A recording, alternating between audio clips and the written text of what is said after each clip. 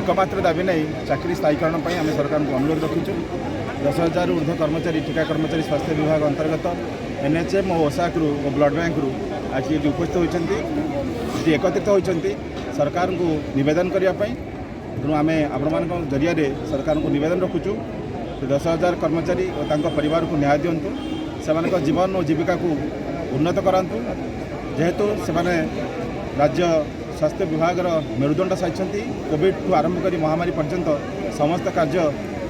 सुचारू रूपे त्वरान्वित करछंती संसार लोक जितेबाला घर भीतर को प्रवेश करती स्वास्थ्य विभाग लोक से झड़ को मुकाबला करने घर बाहरी आसती तेणु से दृष्टिकोण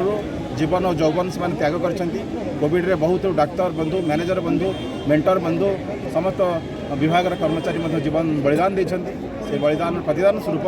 सरकार समस्त टीका कर्मचारी को clinical non clinical mentor manager जिते रहिले समस्त चाकरी स्थायीकरण करूँ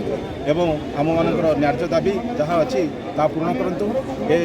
जो दासत्व प्रथा कॉन्ट्रैक्चुअल दासत्व प्रथा अच्छी ताकू समूल उत्पादन करूँ। मोर ना जी शेख अपना डिस्ट्रिक्ट प्रेसिडेंट ओएससीएम बहुत दुखर परिताप विषय जे दीर्घ काम कलापर विभिन्न समय कोविड समय अन्य समय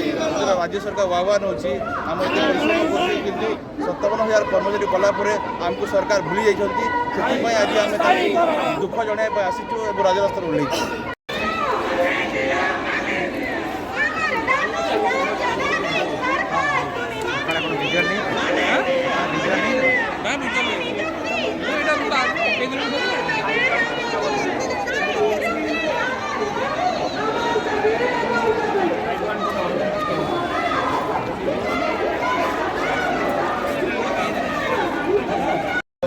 कुमार नायक जॉइंट सेक्रेटरी